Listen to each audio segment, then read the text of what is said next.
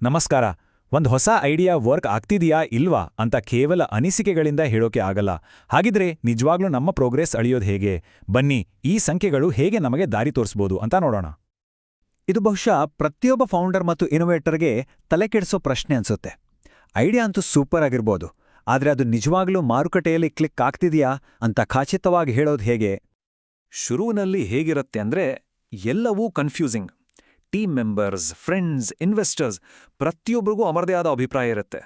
ಆದರೆ ಕೇವಲ ಈ ಅಭಿಪ್ರಾಯಗಳ ಮೇರೆನೇ ನಿರ್ಧಾರ ತಗೊಳ್ಳೋದು ತುಂಬಾನೇ ರಿಸ್ಕಿ. ನಾವು ಕಾರ್ ಓಡಿಸ್ಬೇಕಾದ್ರೆ ಸ್ಪೀಡೋಮೀಟರ್, ಫ್ಯೂಯಲ್ ಗೇಜ್ ನೋಡ್ತೀವಲ್ವಾ?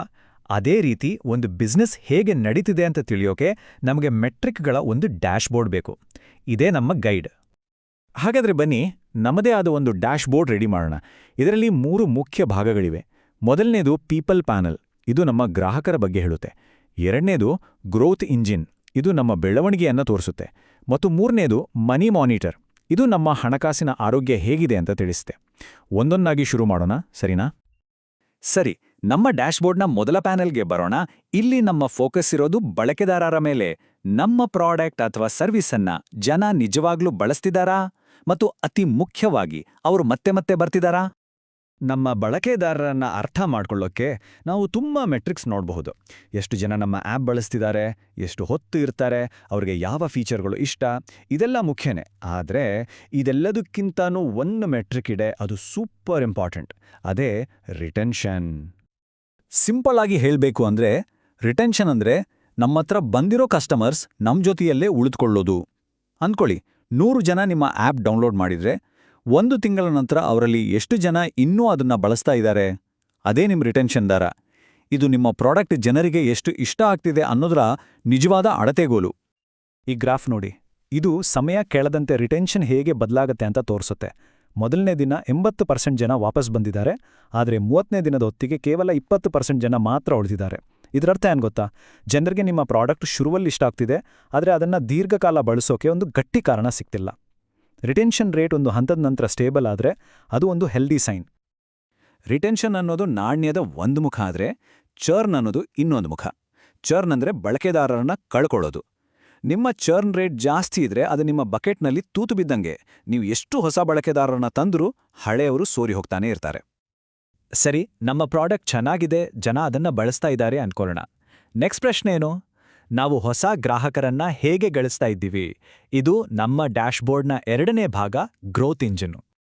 ಹೊಸ ಕಸ್ಟಮರ್ಸ್ ಬೇಕು ಅಂದ್ರೆ ನಾವು ಹಣ ಖರ್ಚು ಮಾಡಲೇಬೇಕು.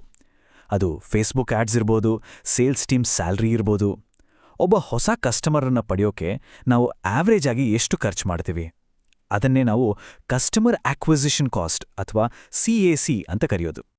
ಬನ್ನಿ, ಒಂದು ಸಿಂಪಲ್ ಎಕ್ಸಾಂಪಲ್ ನೋಡೋಣ. ಅನ್ಕೊಳ್ಳಿ, ನೀವು ಮಾರ್ಕೆಟಿಂಗ್ಗೆ 5 ಲಕ್ಷ ರೂಪಾಯಿ ಖರ್ಚು ಮಾಡಿ ಅದರಿಂದ 100 ಹೊಸ ಗ್ರಾಹಕರನ್ನ ಪಡೆದಿದ್ದೀರಾ. ಹಾಗಾದ್ರೆ ನಿಮ್ಮ CAC ಎಷ್ಟು?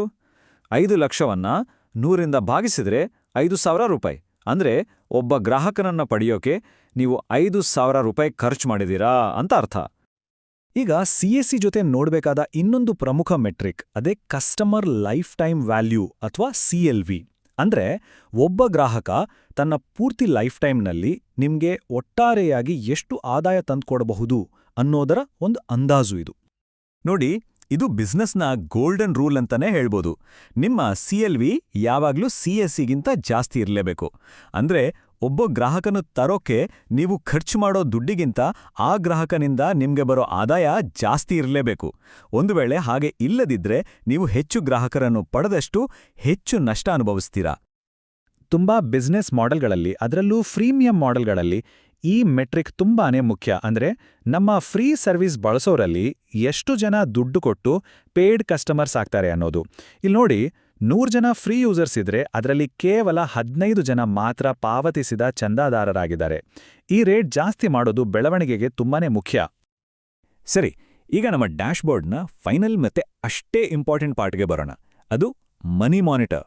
ಇಲ್ಲಿ ನಾವು ಬಿಸ್ನೆಸ್ನ ಫೈನಾನ್ಷಿಯಲ್ ಹೆಲ್ತ್ ಹೇಗಿದೆ ಅಂತ ನೇರವಾಗಿ ನೋಡೋಣ. ಸಬ್ಸ್ಕ್ರಿಪ್ಷನ್ ಬೇಸ್ಡ್ ಬಿಸ್ನೆಸ್ಗಳಿಗೆ MRR ಅನ್ನೋದು ಒಂದು ರೀತಿ ಹಾರ್ಟ್ ಬೀಟ್ ಇದ್ದ ಹಾಗೆ. ಇದು ಪ್ರತಿ ತಿಂಗಳು ನಾವು ಗ್ಯಾರಂಟಿಯಾಗಿ ನಿರೀಕ್ಷಿಸಬಹುದಾದ ಆದಾಯ. ಇದು ಬಿಸ್ನೆಸ್ಗೆ ಒಂದು ಸ್ಟೆಬಿಲಿಟಿ ಕೊಡುತ್ತೆ ಮತ್ತೆ ಭವಿಷ್ಯದ ಬೆಳವಣಿಗೆಯನ್ನ ಪ್ಲಾನ್ ಮಾಡೋಕ್ಕೂ ಹೆಲ್ಪ್ ಮಾಡುತ್ತೆ. ಇದರ ಲೆಕ್ಕಾಚಾರ ತುಂಬಾನೇ ಸಿಂಪಲ್. ಅಂದ್ಕೊಳ್ಳಿ, ನಿಮ್ಮತ್ರ 1000 ಕಸ್ಟಮರ್ಸ್ ಇದ್ದಾರೆ ಮತ್ತೆ ಅವರು ತಿಂಗಳಿಗೆ ಆವ್ರೇಜ್ ₹1000 ಕೊಡ್ತಿದ್ದಾರೆ. ಹಾಗಾದ್ರೆ ನಿಮ್ಮ MRR 1000 ಗುಣಿಸು 1000 ಅಂದ್ರೆ 10 ಲಕ್ಷ ರೂಪಾಯಿ ಆಗತ್ತೆ. ನಮ್ಮ ಮುಂದಿನ ಮೆಟ್ರಿಕ್ ARPU ಅಂದ್ರೆ average revenue per user. MRR ನಮ್ಗೆ ಟೋಟಲ್ ಆದಾಯ ತೋರಿಸಿದ್ರೆ ARPU ಒಬ್ಬ ಗ್ರಾಹಕನಿಂದ ಸರಾಸರಿ ಎಷ್ಟು ದುಡ್ಡು ಬರ್ತಿದೆ ಅಂತ ತೋರಿಸುತ್ತೆ. ಬೆಲೆಗಳನ್ನ ಜಾಸ್ತಿ ಮಾಡೋದ್ರಿಂದ ಅಥವಾ ಹೊಸ ಸೇವೆಗಳನ್ನ ಮಾರೋದ್ರಿಂದ ARPUವನ್ನ ಹೆಚ್ಚಿಸಬಹುದು. ಓಕೆ, ನಾವು 3 ಮುಖ್ಯ ಪ್ಯಾನೆಲ್ಗಳನ್ನ ನೋಡಿದ್ವಿ. ಆದರೆ ಒಂದು ವಿಷಯ ನೆನ್ಪಿಡಿ, ಈ ಮೆಟ್ರಿಕ್ಗಳು ಯಾವುದೂ ಒಂಟಿಯಾಗಿ ಕೆಲಸ ಮಾಡಲ್ಲ. ಇವುಗಳ ನಡುವೆ ಇರೋ ಸಂಬಂಧವನ್ನ ಅರ್ಥ ಮಾಡ್ಕೊಳ್ಳೋದ್ರಲ್ಲೇ ನಿಜವಾದ ಜ್ಞಾನ ಇರೋದು. ಈ ಮಾತು ಕೇಳಿ, ಇದು ತುಂಬಾನೇ ಅರ್ಥಪೂರ್ಣ. ಅಂದ್ರೆ ಈ ಡ್ಯಾಶ್ಬೋರ್ಡ್ ನಿಮ್ಗೆ ಕೇವಲ ಸಿಗ್ನಲ್ ಕೊಡುತ್ತೆ, ಕಾರ್ ಓಡಿಸಲ್ಲ. ಸಮಸ್ಯೆ ಎಲ್ಲಿದೆ ಅಂತ ಇದು ತೋರಿಸ್ಬೋದು, ಆದ್ರೆ ಅದನ್ನ ಸರಿಪಡಿಸೋ ನಿರ್ಧಾರ ತಗೋಬೇಕಾದವರು ನಾವೇ. ಹಾಗಾದ್ರೆ ಫೈನಲ್ ಆಗಿ ಹೇಳೋದಾದ್ರೆ, ಪೀಪಲ್ ಪ್ಯಾನೆಲ್ ನಿಮ್ಮ ಪ್ರಾಡಕ್ಟ್ ಕ್ವಾಲಿಟಿ ಬಗ್ಗೆ ಹೇಳುತ್ತೆ, ಗ್ರೋತ್ ಇಂಜಿನ್ ನಿಮ್ಮ ಮಾರ್ಕೆಟಿಂಗ್ ಸ್ಟ್ರಾಟಜಿ ಬಗ್ಗೆ ಹೇಳುತ್ತೆ, ಮತ್ತು ಮನಿ ಮಾನಿಟರ್ ನಿಮ್ಮ ಬಿಸ್ನೆಸ್ನ ಫೈನಾನ್ಷಿಯಲ್ ಹೆಲ್ತ್ ಬಗ್ಗೆ ಹೇಳುತ್ತೆ. ಒಂದು ಕಂಪ್ಲೀಟ್ ಪಿಕ್ಚರ್ಗಾಗಿ ಇವೆಲ್ಲವನ್ನು ಒಟ್ಟಿಗೆ ನೋಡಬೇಕು. ಕೊನೆಯಲ್ಲಿ ಒಂದು ವಿಷಯ ನೆನ್ಪಿಡಿ, ಈ ಎಲ್ಲ ನಂಬರ್ಸ್ ಮತ್ತೆ ಚಾರ್ಟ್ಸು ಇವೆಲ್ಲ ಕಥೆಯ ಶುರು ಅಷ್ಟೇ. ಅವು ಏನಾಗ್ತಿದೆ ಅಂತ ಹೇಳ್ತವೆ, ಆದರೆ ನಿಜವಾದ ಸಕ್ಸಸ್ ಇರೋದು ಯಾಕೆ ಹೀಗಾಗ್ತಿದೆ ಮತ್ತು ಮುಂದೇನು ಮಾಡಬೇಕು ಅನ್ನೋ ಪ್ರಶ್ನೆಗಳಿಗೆ ಉತ್ತರ ಕಂಡಿಡಿದು ಸರಿಯಾದ ಆಕ್ಷನ್ ತಗೊಳ್ಳೋದ್ರಲ್ಲೇ ಇದೆ.